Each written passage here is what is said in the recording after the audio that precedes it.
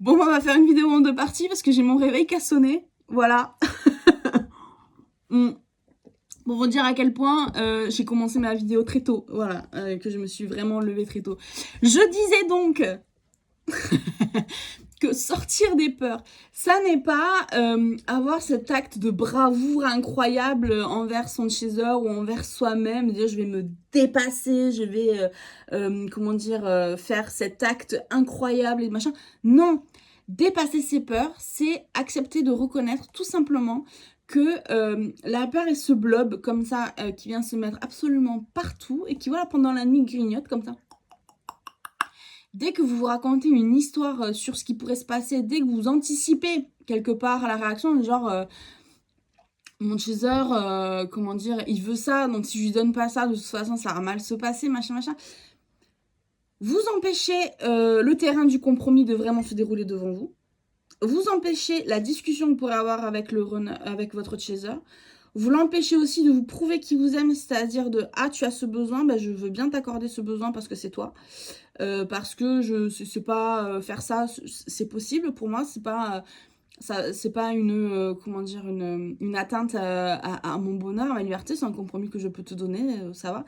Mais tout ça, il faut sortir justement des scénarios, faut sortir du oui, mais si je fais ça, mon chaser il va faire la, il va penser ci, etc. Tout ce qui est les sentiments de peur, de phobie, de stress, de pression, de qu'est-ce qu'on a d'autre, d'anticipation, c'est l'enfer l'anticipation. Tous ces scénarios dans la tête, etc. Se dire on va jamais y arriver, il acceptera pas, là. Et aussi quand on a encore un petit peu quand on a encore un petit peu le self-esteem qui pique, c'est de dire aussi je serai jamais à la hauteur, là. Tous ces trucs là, tout ça, ça n'est rien d'autre que du blob. Vous voyez? Ça n'est rien d'autre que ça. Donc faire taire ses peurs, c'est aussi faire taire le cerveau qui va raconter des histoires. La seule histoire qu'il faut raconter là, c'est vous, de votre bouche à votre teaser. Toutes les autres histoires qu'on se raconte dans la tête, pas de blob. On arrête le blob, d'accord? Et si vous voulez, en comprenant que en arrêtant comme ça de se raconter de se faire tous les scénarios possibles et inimaginables, hein, c'est ce qui nous garde éveillés la nuit, hein, c'est mais mon Dieu, voilà ce que j'ai fait, il acceptera jamais, il comprendra jamais, mais et puis ou alors le scénario inverse, hein, ça c'est je pense à la dernière phase du déni, hein, quand le runner sort de son déni mais qu'il n'est pas encore vraiment dans l'éveil. Où il est capable justement de faire tout ça et de rentrer en action. Et encore ce truc, de toute façon, ça serait plus simple. C'est plus simple pour tout le monde que même si on s'aime comme ça, on ne vive pas la relation pour telle et telle raison, pour tel scénario, parce que en fait ça va forcément se passer comme ça, je vais forcément me sentir comme ça, du coup il va forcément se passer ça, tout ça. Tous ces trucs aussi qui viennent raconter des histoires, tout ça c'est du pipeau, tout ça c'est du pipeau que les peurs racontent. Donc tout ça c'est réactionnaire. Donc faire taire ses peurs, c'est, comme le dit l'intitulé, faire taire. Ça n'est pas se raconter une histoire qui va venir contrebalancer le truc. C'est-à-dire, ah bah si j'ai une histoire négative qui se passe dans ma tête, je vais me raconter une histoire hyper positive, genre si j'ai fait un acte de courage, mon autre va se prosterner devant moi, c'est sûr, il faut que j'ai foi en ça, machin, machin. On se tait, et on fait du silence. On fait silence avec ses peurs, on fait silence avec tout ça, et en fait on arrête tout simplement de se poser la question. Je vais vous dire un truc, tout un axe du fin de parcours de chasse, c'est justement de arrêter de réfléchir. Genre par exemple, je pense aux messages qu'on envoie, ou des fois les chasseurs qui se disent putain j'ai vraiment envie d'écrire à mon autre pour telle et telle raison, j'ai une pulsion comme ça qui me prend au cœur, ben allez-y, faites-le. Arrêtez de réfléchir. Si vous sentez une vague, de toute façon, si vous sentez une vague monter comme ça, c'est qu'il y a quelque chose à vivre. Donc en gros, là, ça je vous raconte ça parce que en fait, votre chasseur aussi, il a vécu ça. Là, le runner à cette étape-là aussi, il sent monter cette vague où, voilà, il panique un peu. Du coup, il fait prendre plein de décisions en réaction à sa panique, etc. Machin. Le chasseur aussi, il est passé par l'étape de se dire en fait, chut, chut. Alors c'était peut-être pas de la peur comme son runner, mais c'était d'autres sujets sur lesquels il a eu à apprendre exactement la même leçon qui est de faire chut. Vous voyez? Donc, quand vous allez lui dire j'ai galéré à faire chut, ben, votre chaser, il va pas vous dire: «Ah putain, t'es qu'une pauvre merde, t'aurais dû le faire avant, nin nin nin». Il va vous dire: «Ah putain, tu vu, c'est chaud, hein». C'est ça qui, en fait, voilà. Quand vous allez Ce qui va se passer quand vous allez faire taire vos peurs, c'est pas votre chaser qui va vous regarder avec des grands yeux amoureux comme ça, genre: «Ah mais maintenant que t'es là, on va enfin pouvoir signer le crédit immobilier». Ouais. Non, il va vous dire: «Putain, tu vu, c'est chaud, hein. Vas-y, tiens, chin. Putain, on est fort, hein. Franchement, on propre, hein». Vous voyez? C'est ça qui va se passer.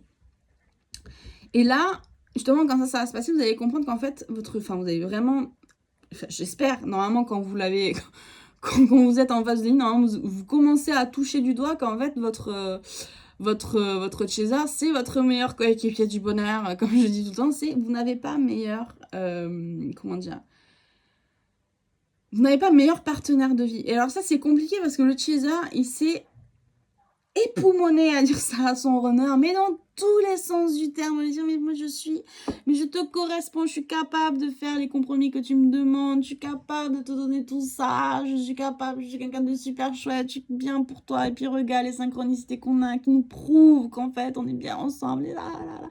Il n'a pas arrêté le chaser. Et le runner, à chaque fois, il a pris ça pour des menaces. C'était pas des menaces. Il a pris ça comme des... Ouais, mon chaser, il me fout la pression. Mon chaser, en fait, comment dire, il sait mieux que moi. Mon chaser ceci, mon chaser cela, etc. Le chaser, lui, quand il fait ça, je peux vous le dire cash, c'est pas des menaces, c'est des avertissements dans le sens... parce qu'il sait très bien ce qui va se passer. C'est pour vous, en fait. Le chaser, pour le coup, il perçoit le fait que si, enfin, je pèse mes mots parce que c'est vraiment, c'est quelque chose qui est douloureux de comprendre ça quand on est runner, je pense. Quand on arrive enfin à le voir, en fait, parce que pour le coup, c'est pas douloureux de se dire mon autre il me menace. Vous voyez, c'est facile. Enfin, ça va, ça pique, mais bon, c'est pas un sentiment agréable, hein. On passerait pas notre vie avec, mais c'est pas non plus ce qui défracte. Voilà, on continue sa vie, on continue à travailler, ça nous fait penser à autre chose, basta, vous voyez. On continue à vivre notre truc, quoi. Là, je parle d'un sentiment qui est assez violent, dans le sens où le chaser, c'est vraiment époumoné, vraiment à avertir du danger. C'était pas du tout avertir de la menace, c'était pas des punitions, c'était pas des avertissements dans le sens, voilà, donne-moi ton cahier d'école, je vais prendre mon stylo rouge et je vais... voilà. C'est vraiment... Le chaser, c'est quelqu'un qui aime son runner plus que lui-même, j'ai envie de dire, pendant très longtemps plus que lui-même, et c'est justement l'un des axes que lui, il a dû soigner. Arrêter de l'aimer plus que lui-même et de l'aimer autant que lui-même, on équilibre. Mais, et justement, parce qu'il l'aime comme ça, et quand il voit des dangers, il le lui dit. Et le problème, c'est que ces dangers, côté runner, ils sont reçus comme des menaces, comme un sentiment négatif, parce que la peur, parce que ce blob est là, et que ça l'empêche de le voir comme quelque chose de constructif, de positif, ou regarde, c'est ça le coup que tu vas prendre, quoi. Donc quand il y a un chaser qui dit c'est ça le coup que tu vas prendre, et puis moi la première, hein, je suis pas sûre que ma runneuse elle kiffe mes vidéos, hein, ouais, mais c'est... Et d'ailleurs, petit aparté, moi comment dire, mon appel comme ça de faire des vidéos, je l'ai mesuré longtemps, parce que justement je savais pertinemment que ça serait des menaces, que mon autre le prendrait comme des menaces. Mais, comment dire, voilà, je peux dire ça à tous les runners en consultation qui vont me dire, mais putain, en fait, t'as raison, c'était pas des menaces, c'était des avertissements, et nanana. Ça marche avec les autres runners que j'ai en consultation, justement parce que ça n'est pas ma runneuse. Et que du coup, ils sont capables de recevoir de l'information extérieure, ils sont pas capables de la recevoir de leur propre autre. Voilà. Donc vous voyez, ces menaces, elles sont vachement... c'est compliqué de déconstruire ces menaces quand on est runner, quand on se dit putain, mais en fait, tout ça, c'était juste des mises en garde, en fait. C'était des énormes panneaux, attention, attention, attention, tu vas tomber dans le ravin, attention, attention, parce que comme le disait la personne qui m'a envoyé ce message en me disant, bah, je sors de 10 ans de déni, ça fait mal. C'est ça, en fait, que le chaser essaie de prévenir, c'est-à-dire, genre, quand tu vas tomber, mais tu vas avoir mais tellement mal. Et en fait... quand on dit à un runner pendant tout ce temps,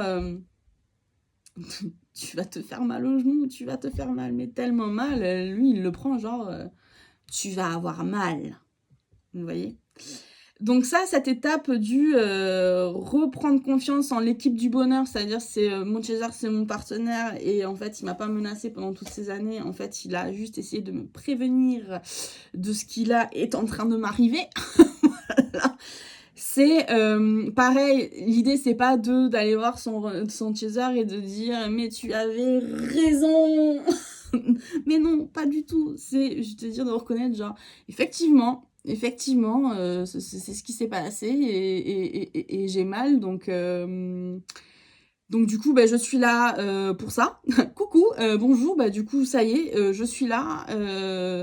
Je comprends que toi et moi, c'est l'équipe du bonheur. Donc, du coup, exactement comment on va faire taire les peurs, on va faire taire les menaces, on va faire taire cette illusion des menaces, on va faire taire cette pression, on va faire taire voilà, tout ce truc tout pas beau sur toutes les théories, toutes les illusions que je me suis racontées pour me berner du fait que tu n'étais pas le bon équipier dans ma vie, etc. Et en fait, aujourd'hui, je vais faire silence dans ma tête et je me pose avec toi parce que si je suis là aujourd'hui, si je sors de l'éveil, c'est qu'il y a un intérêt à ça. Donc ma réflexion, elle va s'arrêter à il y a un intérêt à ça. Je vais pas essayer de comprendre quel est l'intérêt. Ça, c'est quelque chose qu'on va comprendre ensemble. Et cette dernière étape de faire ensemble, elle est primordiale. Elle est vraiment... elle est aussi incroyablement douce, incroyablement tendre, parce que c'est simplement se prendre la main. C'est simplement... comme je vous dis, on n'est pas dans les grandes déclarations. Là, à cette étape, on n'est pas dans les fusions d'amour, parce qu'en fait, si vous voulez, l'amour, il se construira plus tard. L'amour, la tendresse amoureuse, l'affection, comment dire, vraiment, j'ai envie de dire, le display d'affection comme ça, il va se construire plus tard, mais ça, c'est quelque chose qui va se construire ensemble. Cette étape-là, de se regarder, de se dire, en fait, nous sommes les équipiers du bonheur ensemble, c'est juste se prendre la main. Donc ça aussi, il faut faire taire la peur par rapport à ça, de se dire en fait, voilà, si j'y vais, comment dire, si j'y vais, ça va être un espèce de roller coaster qui va me bouffer toute crue, ou tout cru, pardon, si vous êtes un homme. Vraiment, je vais rien maîtriser du tout, ça sera à l'enfer, etc. Du coup, non. Tout ça, c'est encore du blob. Tout ça, c'est encore des et si j'avais. Avec des si et des si j'avais, franchement, on referait le monde, on serait tous milliardaires, hein, vous voyez. Donc en fait, ça ne sert à rien, cette logique du et si, et si, et si, et si. Et c'est pour ça que le chasseur s'est époumoné à dire arrête de te raconter des si, putain, en fait, moi je suis en face de toi, je suis quelqu'un de concret, je suis pas un si, peut-être un jour, peut-être ceci, peut-être nanani nanana, je suis pas peut-être, je suis là, de chair et d'os. Donc rentrons dans la réalité, et c'est pour ça aussi, c'est le teaser, il le fait avec tellement de vigueur, ce rentrons dans la réalité, il le fait avec tellement de vigueur que c'est ça qui impressionne énormément les runners et qui leur pose problème à dire je ne peux pas m'empêcher de lui quand il m'appelle en consultation et je ne peux pas m'empêcher de penser à lui, pardon. Je vois que voilà, je continue à faire avancer ma vie à côté, je continue à faire avancer mes relations, je continue à bouger dans ma vie, à déménager, à changer de job, à faire plein de choses pour moi, à construire des choses, mais je vois que j'ai toujours voilà, ce caillou dans la chaussure, quoi, qui émotionnellement, je suis à 98% dans tout ce que je vis, mais j'ai ces 2 putains de pourcents qui sont dans ma chaussure, quoi. Parce que ces 2% qu'il faut faire, c'est juste aller prendre la main de l'autre et se dire, voilà, du coup, maintenant, on fait quoi? Et la seule théorie que vous devriez vous raconter, enfin, que moi, je vous conseille de vous raconter à ce moment-là, c'est, le seul scénario qu'il faut envisager, c'est, et du coup, maintenant, on fait quoi? C'est, je vais aller voir mon autre et je vais juste lui demander, du coup, maintenant, on fait quoi? Et voilà, comme je disais tout à l'heure, comme le chaser, dans l'exemple du runner qui a mis longtemps dans la gueule, beaucoup de temps dans la gueule de son chaser, à ce moment-là, le chaser, il va pas dire « Ah, bah super, maintenant que t'es là, allons-y, wouh !» Ouais, non. Il va dire « Ok, alors, on va se prendre la main, je vais te dire des choses, on va se parler, mais alors on va y aller tranquille. Mais alors, tranquille. » Vous voyez ? Donc, ou pareil, si vous avez un runner, comme je disais tout à l'heure, voilà, qui a un petit peu essayé de piper les dés, négocier avec la vie, etc., qui a fait des choix, ou qui a, comment dire, enfin, que le déni, hein, c'est pas lui sciemment qui a fait ces choix-là, mais c'est que le déni a poussé à avoir des attitudes discutables, par exemple, etc. Pareil, le chaser, quand le runner va arriver en disant « je peux te prendre la main, s'il te plaît », il va pas dire genre « wouh, super, c'est génial, ouais, ça y est, t'es super honnête, etc., je te fais vachement confiance et tout ». Il va dire en fait, il s'est quand même passé des choses discutables. Donc moi aussi, j'ai besoin d'un laps de temps pour être sûr qu'en fait, maintenant, t'es fiable.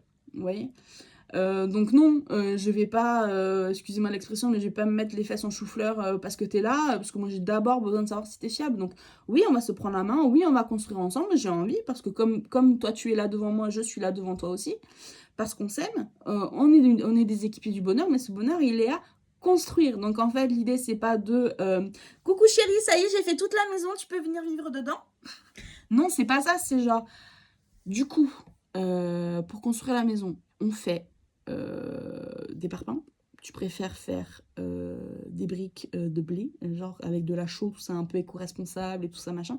On fait quoi? Vous voyez? C'est ça la discussion que vous allez avoir avec votre chaser, parce que vous aurez planté toutes ces graines avant et que ces graines, à ce moment-là, elles vont germer. Donc, votre chaser aussi sera dans une conversation avec vous qui va venir justement temporiser.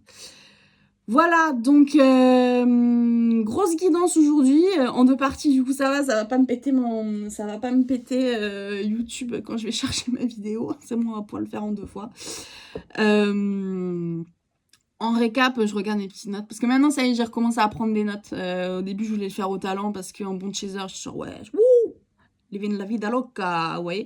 Et maintenant, j'ai arrêté, j'ai pris des notes. Parce que maman commence à être fatiguée aussi, du coup, elle perd vite son truc. Perd vite le fil maintenant, maman. Donc, je disais, on donne une place à son chaser, on lui donne la bonne étiquette. On lui dit justement, j'ai galéré à te donner la bonne étiquette, maintenant que je l'ai, je te la donne. Et ça va être super. On fait taire le blob. Le blob, c'est sympa, juste au musée pour le regarder dans un truc un peu fermé, vous savez, dans une boîte un peu fermée au milieu des reptiles, des souris, etc. C'est sympa là-bas. On fait l'équipage du bonheur, c'est-à-dire on se prend la main et on se fait confiance pour avoir la discussion de construire ensemble et pas de déménager chez l'autre et de lui prendre tout ce qu'il a construit. Ça, non, l'idée c'est de construire ensemble. Voilà. Sur ce, il est 9h09. Je vous mitonne pas. Voilà. Et je vous fais d'énormes bisous.